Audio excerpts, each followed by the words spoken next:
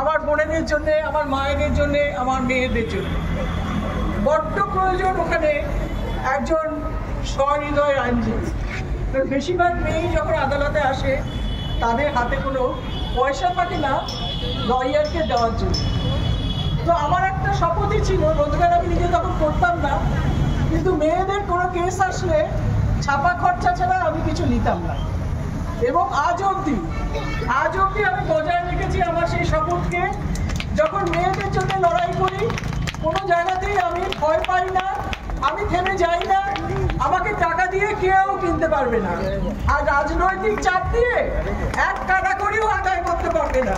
এবং সেই জন্যেই যখন এই দোহের আগুন তৈরি শুরু হলো, অভয়াকে এইভাবে নিষ্ঠুরভাবে হত্যা করে ধর্ষণ করার পর থেকে যখন রাস্তায় অগুন্তি মহিলারা নামলেন, পুরুষরাও নেমেছেন, প্রচুর নেমেছেন, কিন্তু মেয়েদের এই নামাকে আমি অন্য চোখে দেখেছি। এই দেখেছি কেন? তারা তাদের নিজেদের মধ্যে থেকে ভয়, তাদের বন্ধন, তাদের সমস্ত রকম চাপকে অগ্রাহ্য করে তারা সারা রাত রাস্তায় ছিলেন। এবং আমি কুর্নিশ জানাই আমার বোনেদের যে তারা সেই সাহস দেখাতে পেরেছিলেন। আর একেই বলে বিপ্লব। বিপ্লবের জন্য কোথাও দৌড়ে যেতে হবে না।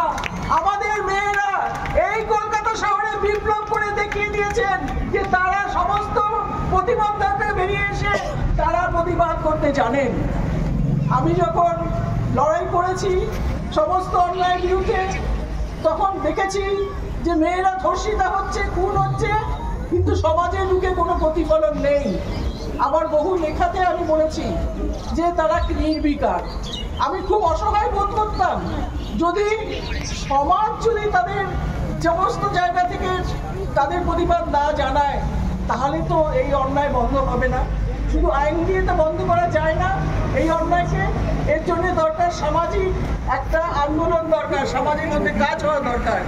এবং এইবারই প্রথম আমি দেখলাম, আমি আমাদের স্বাধীনতা আন্দোলন দেখিনি, তখন আমি জন্মগ্রহণই করিনি, আমি গান্ধীজির ভারত ছাড়ো আন্দোলনও দেখতে পাইনি, কিন্তু এবারে আমি দেখলাম যে কিভাবে সমস্ত মানুষ রাস্তায় নেমে এলো, কিভাবে অপরাধ মৃত্যুর পরে তাদের মনের মধ্যে যে আগুন জ্বলে উঠলো, যে ক্ষোভ জ্বলে উঠলো, যে ক্রোধ জ্বলে উঠলো, তাতে তারা নারী পুরুষ নির্বিশেষে দলে দলে রাস্তায় নেমে এলো।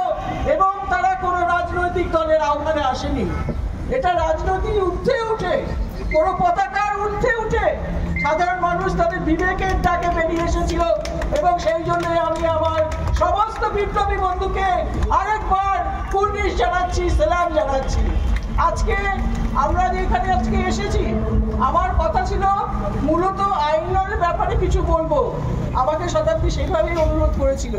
কিন্তু আজকে আইনটাকে নিয়ে বেশি আমি বলছি না, কারণ আইনটা এমনভাবে বেআইনের ফাঁসে গিয়ে গলা বন্ধ হয়ে মরে গেছে যে আজকে আইনের দরকার নেই।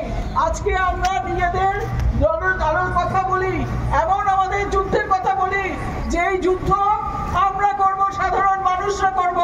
আমাদের কোনো রাজনৈতিক পতাকার দরকার নেই, আমাদের কারণ মাথার উপরে দাদা হওয়ার দরকার নেই। আমরাই আমাদের নেতা, আমরাই আমাদের কর্মী, এবং আমরা এই রাস্তায় হেঁটে যাব। এই রাস্তা কিন্তু সহজ রাস্তা হবে না বন্ধু, এই রাস্তা সহজ রাস্তা হবে না।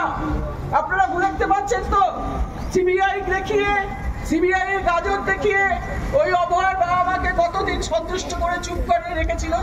তারপরে কি করে দাদা দিদির সেটিংটা হয়ে গেল। সেটিংটা হয়ে যাওয়ার পরে কিভাবে প্রথম দিন যে উঠেছিলাম, বাপ নেই, গরিব মেয়ে, তাই কি এই শাস্তি হলো আমার।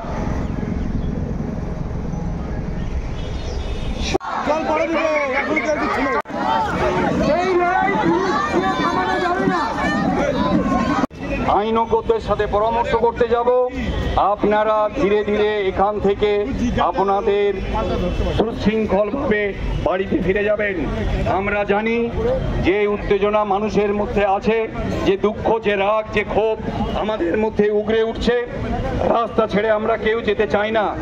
সবার মুখ দেখে আমার মনে হয় যে আমরা এখানেই থেকে যাই যতদিন না আমাদের মেয়ের